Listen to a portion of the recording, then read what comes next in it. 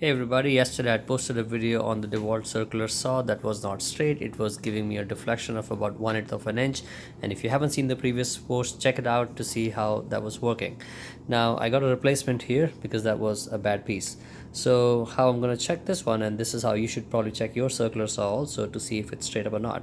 Put your square right on the base plate, make sure the ruler touches the blade and also the spot touches the base plate, and at this point just slide this square all the way to the end of the blade, and I hope that this blade doesn't loses contact with the blade and nor with the base plate. So this one looks like it maintains the contact on both the places, and this is how you can tell that your blade is absolutely parallel to your base plate, and which is really what you need as your very first requirement in order to make a straight edge cut, particularly when you're using it against a straight edge guide. So I hope you're going to check your own circular saw also, and if you find this tip helpful, give it a shout out, give it a comment. Thank you.